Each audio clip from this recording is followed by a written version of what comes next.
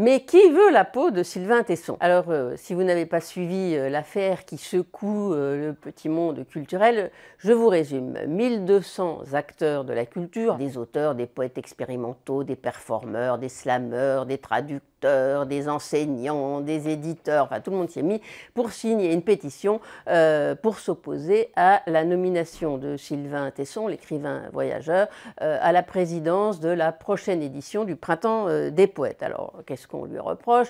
D'être une icône conservatrice. Et ils argumentent en disant que sa nomination banaliserait encore un peu plus l'extrême droite. Et ils vont plus loin, je lis, parce que la fin de l'année 2003 a signé le glissement du second mandat d'Emmanuel Macron vers un projet politique plus que jamais proche de l'extrême droite, etc., etc.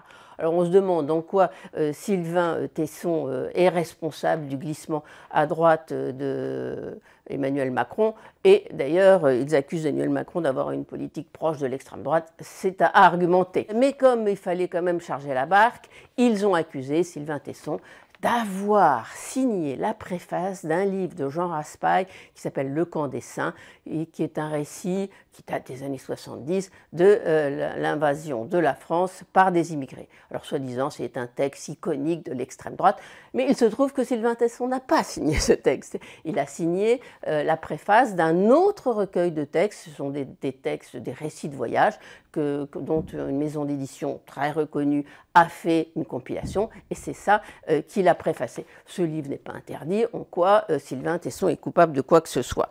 Mais de toute façon, depuis quand juge-t-on les auteurs en fonction de vos tendances idéologiques? Dans ce cas-là, on ne lirait plus Baudelaire, Stendhal, Chateaubriand et même Shakespeare, Corneille. C'était tous des conservateurs. Toute censure sur des critères idéologiques et non pas sur le talent ne sont pas de mise. Alors, bon, toute cette affaire pourrait simplement faire tellement stupide qu'elle a provoqué beaucoup d'ironie. De toute façon, elle s'est retournée contre les auteurs et ils ont été bafoués, blâmés par leurs entourages et puis personne n'ose parler de ce texte.